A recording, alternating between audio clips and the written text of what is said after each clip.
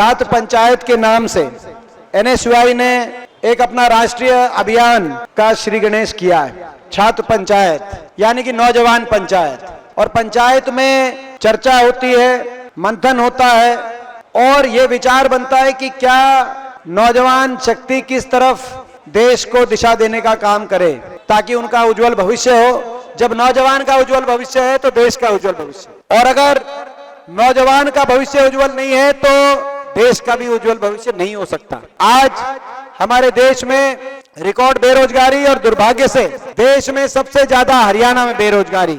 ऐसे समय में छात्र पंचायत, वरुण जी आप यहाँ कर रहे हैं हरियाणा में, मैंने इस बजट सेशन में सवाल पूछा कि सबसे ज्यादा बेरोजगारी कहाँ है, तो मोदी सरकार ने जवाब दिया, भारत सरकार ने जवाब दिया कि सबसे ज्यादा बेरोजगारी हरियाणा में है। और 2014 के मुकाबले, जब हुड्डा सरकार थी हरियाणा में, उसके मुकाबले अब 3 गुना ज्यादा बेरोजगारी हरियाणा में बन गई। प्रधानमंत्री जी की सरकार दिल्ली की संसद में जवाब जब दे रही है तो मैं समझता हूं कोई औचित्य बाकी नहीं रह जाता कि प्रधानमंत्री जी हरियाणा में आए और यहाँ की सरकार की पीठ थपथपाकर वोट मांगने का काम करें। सबसे ज्यादा बेरोजगारी, आज हरियाणा के नौजवान को बेरोजगारी की गर्त में धकेलने वाली है सरकार। और अभी तो बदला बदली चल रही है और मैं कहना चाहता हूं इस सरकार को चुनौती के साथ, मुझे पता है आपने चेहरे बदल दिए, 2-3 दिन से बात चल रही है कि लोकसभा के उम्मीदवार भी बदल सकते हैं। ये बात चल रही है हरियाणा में 3-4 सीटों पे, रोहतक का भी नाम आता है कि ये भी कैंडिडेट बदलेंगे। ये चाहे लोकसभा के उम्मीदवार बदल लें, चाहे ये मुख्यमंत्री और उप मुख्यमंत्री बदल लें, चाहे ये गठबंधन बदल लें, अब बदला बदली से कुछ नहीं होगा। अब तो लोग सरकार ही बदलेंगे, हरियाणा में लोगों ने तय कर लिया है। अब तो लोग सरकार बदलेंगे, हरियाणा की सूरत बदलेंगे, नौजवान बदलेगा। मगर इस सरकार ने हरियाणा के नौजवान को बेरोजगारी गर्त में जो धकेला वो क्यों हुआ? 10 साल से ना तो कोई निवेश, ना कोई फैक्ट्री। हमारे समय में बड़े बड़े उद्योग लगे, कहीं आईएमटी रोहतक में लगी, कहीं फुटवेयर पैक बहादुरगढ़ में, कहीं रिलायंस के एमएटी झज्जर में आई, तो कहीं थर्मल के कारखाने खानपुर झाड़ली के अंदर बड़े बड़े उद्योग आए, बड़ी फैक्ट्रियां आई, Maruti, Asian paint, Yokohama, Panasonic, JK cement, NTPC जैसे 30 से ज्यादा बड़े उद्योग आए। लेकिन इनके समय में कहीं निवेश हुआ नहीं, कोई औद्योगिक क्षेत्र नया लगा नहीं, कहीं फैक्ट्री आई नहीं, इंडस्ट्री लाई नहीं, ना तो निजी क्षेत्र के अंदर रोजगार, और सरकारी क्षेत्र की 2 से 2.5 लाख पद या तो समाप्त कर दिए या उनको कन्वर्ट कर दिया कच्चों में। कौशल निगम के माध्यम से बिना पेंशन, बिना मेरिट, बिना रिजर्वेशन कौशल निगम के माध्यम से भर्ती कर रहे हैं, जैसे अग्निपथ के माध्यम से आप कह रहे हैं। 5 साल तक कोई बड़ी रोजगार कोई निकाला नहीं। कहीं अगर निकाला 30 के लगभग हरियाणा में भर्ती घोटालों की भेंट चढ़ गई नौकरियां। एचपीएससी, एसएससी के दफ्तरों में करोड़ों रुपए की बरामदगी, और उसके बाद 5 साल तक जो पोस्ट निकली, उन पोस्टों में अगर कोई एक आधी लिस्ट उन भर्ती घोटालों से बचाकर कोई लिस्ट आ भी गई तो उन लिस्टों में हरियाणा से ज्यादा हरियाणा के बाहर के नौजवानों को उन लिस्टों में जगह मिली। एसडीओ की लिस्ट आई 2019 में से 80 में से 78 बाहर के, केवल 2 हरियाणा के। 2021 में एसडीओ इलेक्ट्रिकल की लिस्ट आई, एसडीओ इलेक्ट्रिकल की लिस्ट में 99 में से 77 बाहर के, केवल 22 हरियाणा के। इस वर्ष लिस्ट आई एसडीओ मैकेनिकल की लिस्ट आई 40 में 19 बाहर के। अभी असिस्टेंट प्रोफेसर टेक्निकल एजुकेशन की लिस्ट आई इसी वर्ष, 156 में से 103 बाहर के, केवल हरियाणा के 53 हरियाणा की। ये स्थिति बन गई। हरियाणा के बच्चों को तो कहीं बाहर दूसरे प्रदेशों में तवज्जो मिल नहीं रही, और हरियाणा के अंदर ये लिस्ट कहां से आती है? मैं पूछना चाहता हूं इस सरकार से, ये जो सरकार है ये कौन सी, कहां से पर्ची आती है जिस पर्ची के आधार पर हरियाणा की लिस्ट में बाहर के बच्चों का सिलेक्शन हो जाता है और हरियाणा के बच्चे रह जाते हैं? पंचायती राज, ब्लॉक डेवलपमेंट, पंचायती अफसर की लिस्ट आई 7 में से 5 बाहर के। एचसीएस की लिस्ट आई 36 बाहर के, एचसीएस में 36 बाहर के। जब यूपीएससी में हरियाणा के बच्चे टॉप करते हैं तो हरियाणा के अंदर एसडीओ और बीडीओ की लिस्ट में हरियाणा के बच्चों का नंबर आता नहीं। ले देकर 5 साल के बाद ग्रुप डी निकाल देते हैं, और ग्रुप डी में सबसे ज्यादा जो क्वालिफाइड बच्चे हैं उनको ग्रुप डी में लाकर 2019 में भी ये किया, और 5 साल के बाद 2024 में भी ये किया। ग्रुप डी की लिस्ट निकालते हैं, ज्यादातर बच्चे और क्वालिफाइड होते हैं, वो छोड़ देते हैं, पद खाली हो जाते हैं। 5 साल बाद दोबारा उन पे इश्तिहार देकर दोबारा वो लगाकर और बेरोजगारी पे नमक छिड़कने का काम ये सरकार करती है। आज ये स्थिति आ गई हरियाणा में हरियाणा का नौजवान बेरोजगारी के चौराहे पे खड़ा हो गया, कोई डिप्रेशन की तरफ, कोई नशे की तरफ। आज नशे में नंबर 1 बन गया हरियाणा। कहीं कोई अपराध की तरफ, अपराध की बात आती है, कहीं कोई अपना घर बार बेचकर विदेशों में पलायन कर रहा है। जो नौजवान देश के बॉर्डर पे फौज में भर्ती होकर देश की बॉर्डर की रक्षा करना चाहता था, आज वो नौजवान अमेरिका के बॉर्डर को लांग कर, जान हथेली पे रखकर अपने वहां पर मजदूरी कर अपने भविष्य को का रास्ता खोल रहा है। ये हरियाणा में 10 साल की सरकार की हकीकत है, धरातल की हकीकत। ये स्थिति बन गई। आज इस स्थिति से जूझने के लिए हरियाणा में परिवर्तन जरूरी है। और अग्निपथ योजना, ये अग्निपथ योजना पे जो आपने आज ये टाउन हॉल की मीटिंग रखी है बेरोजगारी पर, ये वो इलाका है, ये रोहतक का इलाका, ये दक्षिणी हरियाणा का इलाका, ये हरियाणा का की वीर भूमि। जब जब देश के इतिहास को दिशा देने का काम हुआ है तो वो इस वीर भूमि ने किया है। चाहे महाभारत का युद्ध हो कुरुक्षेत्र की धरती में, या पानीपत की 3 लड़ाइयां हो, इंद्रप्रस्थ और दिल्ली पे किसकी सरकार बनेगी इसका निर्णय हरियाणा की इस वीर भूमि में, युद्ध भूमि में हमेशा हुआ है।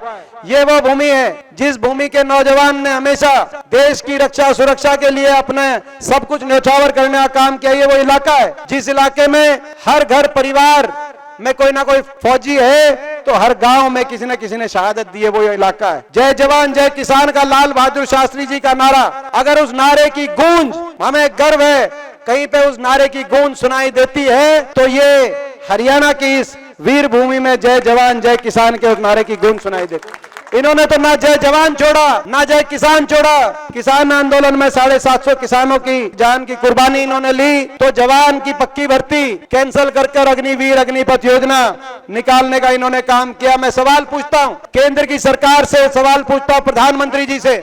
मुझे पता है मैं जब सवाल पूछता हूं तो इनको मैं बहुत चुभता हूं और इसीलिए ये मेरे को निशाने पे लेते हैं, लेकिन 10 वर्ष से छाती अड़ाकर हम सवाल पूछते हैं, गर्व से सवाल पूछते हैं, क्योंकि ये हमारा कर्तव्य है। मैं सवाल पूछता हूं, आपके घोषणा पत्र में तो था नहीं पक्की भर्ती कैंसिल करोगे, ना नौजवानों की मांग थी, ना देश के किसी कोने में किसी ने इसकी मांग करी थी कि पक्की भर्ती कैंसिल करो, ना फौज की मांग थी।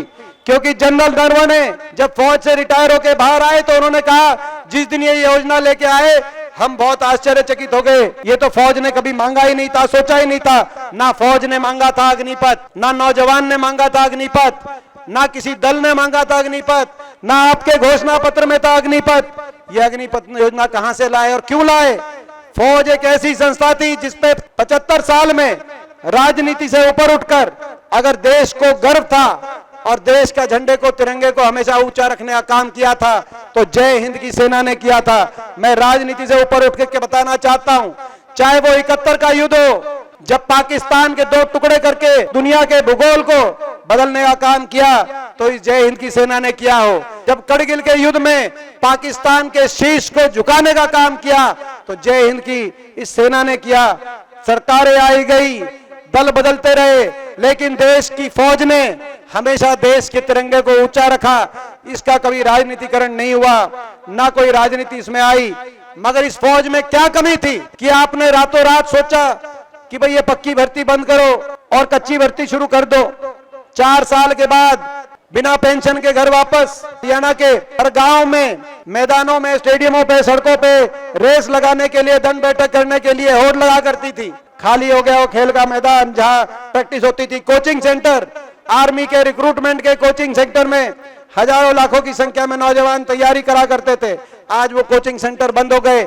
हरियाणा जैसे प्रदेश से 5,500 की हर साल पक्की भर्ती होती थी, आज वहां से पक्की भर्ती तो कैंसिल हो गई और केवल 925 की कच्ची भर्ती अग्निपथ योजना के माध्यम से लिए गए, जिसमें से केवल 225 पक्के किए जाएंगे। वो भी आप समझते हो, बाकी बिना पेंशन के घर वापस आ जाएंगे। इससे भी दुखदाई बात, जिसका दर्द आज भी मेरे दिल में है, जब हमने सवाल पूछा कि भाई ये क्यों कर रहे हैं और इनका भविष्य क्या होगा, ये 4 साल के बाद जब आ जाएंगे, तो भाजपा ने जवाब दिया। कैलाश विजयवर्गीय जी ने एक प्रेस कॉन्फ्रेंस करके जवाब दिया, कहा कि इनको चिंता करने की जरूरत नहीं, अग्निवीर इनको जब ये बिना पेंशन के छुट्टियों के वापस आ जाएंगे, तो देश में हम आलीशान भाजपा के दफ्तर बनवा रहे हैं। हर जिले में उन दफ्तरों में चौकीदारी के काम आएंगे। हम बताना चाहते हैं, ये देश के लिए अपना सर्वोच्च बलिदान देकर और देश के तिरंगे में लिपटकर उसकी अगर बॉडी वापस भी आए तो अपने देश का गौरव बढ़ाए, इस सपने को लेकर देशभक्ति की भावना से ये जाता था। मगर ये देशभक्ति की भावना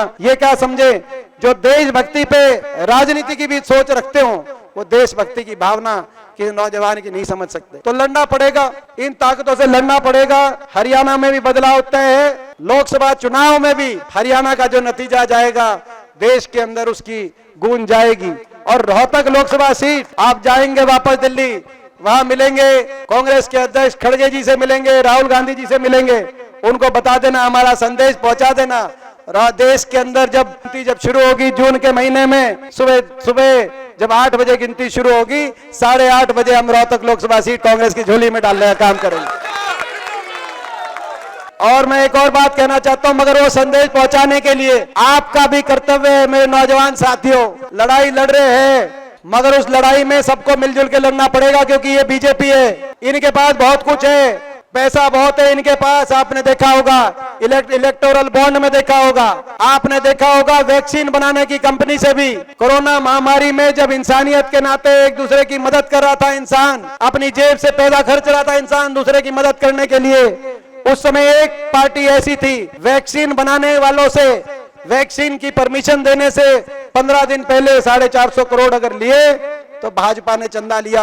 मैं पूछना चाहता हूं, उस वैक्सीन में क्या कमी थी कि 450 का चंदा देना पड़ा?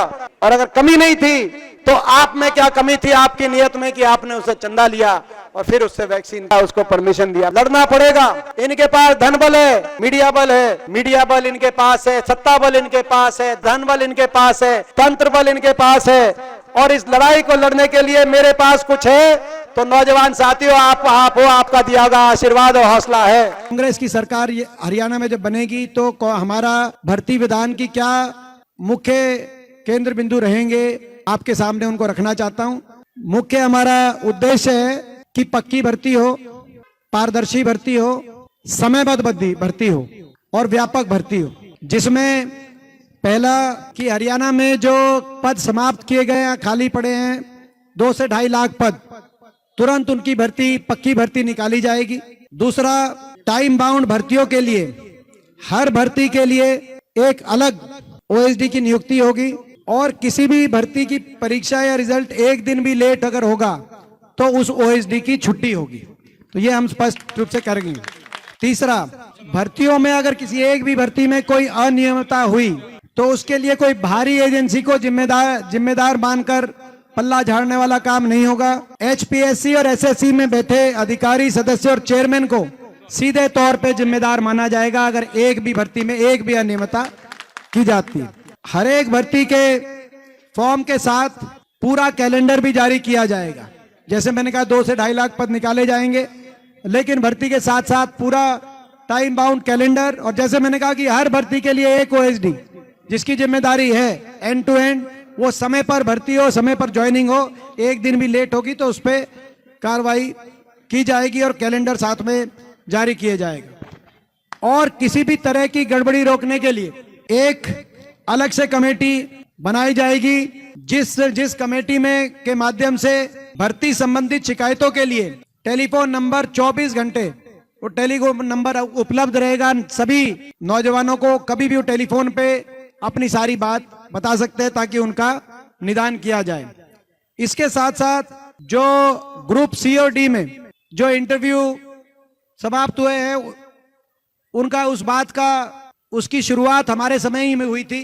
भाजपा ने उस बात को कहा कि हमने क्या, लेकिन हमारी भी जो आखिरी भर्ती आती थी, जेबीटी की भर्ती थी, 14,000 जेबीटी लगे थे, उसमें इंटरव्यू के ज्यादा नंबर नहीं थे, तो वो शुरुआत उस समय हुई थी। लेकिन हम उस बात को क्रम को जारी रखेंगे, कोई इंटरव्यू नंबर ना हो ताकि पारदर्शिता में कोई कमी ना हो। और साथ में जो ग्रुप 1 और 2 में वो जो इंटरव्यू की जो आज परिस्थिति है उसमें भी पूर्ण विचार किया जाएगा कि उसमें कम से कम सब्जेक्टिवनेस कैसे आए ताकि पारदर्शिता का पूरा ख्याल रखा जाए। और किसी अन्य भर्ती से अगर किसी अन्य भर्ती के प्रश्न अगर दूसरी भर्ती के एग्जामिनेशन में रिपीट किए जाते हैं तो उसको भी पेपर लीक की श्रेणी में माना जाएगा। ये भी हमारा जो एक पॉइंट है। इसी रूप से किसी भी भर्ती का पेपर लीक होने पर एजेंसी के साथ साथ सेक्रेटरी से लेकर पूरे कमीशन की जो है जिम्मेदारी भी होगी और जांच भी होगी। ये भी हम साथ साथ कहना चाहते हैं। और दोबारा पेपर लीक या भर्ती गड़बड़ी होने सूरत पे पूरे भर्ती कमीशन को बर्खास्त करके पुनर्गठित करने का काम हमारी सरकार करेगी। तो आप कहने का मतलब कि पूरे देश के अंदर इस प्रकार का हम भर्ती विधान बनाना चाहते हैं जो पूरे देश में पारदर्शिता के लिए हमारी भर्ती हरियाणा की मानी जाए, समयबद्ध भर्तियों के लिए, क्योंकि चक्कर कटाकर 5 साल तक ये जो सीटी वाली बात 5 साल तक घुमा घुमा कर और उसके बाद जो है बेरोजगारी, क्योंकि 5 साल तक नौजवान इंतजार नहीं कर सकता। तो समयबद्ध, पारदर्शी और व्यापक भर्ती, ये इस उद्देश्य के साथ हम ये अपना भर्ती विधान अपने घोषणा पत्र के माध्यम से विधिवत रूप से हम लेके आएंगे। आज मैंने कुछ मुख्य बिंदु आपके साथ पहली बार उनको शेयर किया है, लेकिन आप लोगों में से अगर किसी को इस पे कुछ और सुझाव देना है, इसको और अच्छी तरीके से हम कैसे लेके आएं, तो आप वो सुझाव आप देते रहें ताकि हम उन सुझावों को भी अपने घोषणा पत्र में शामिल करें।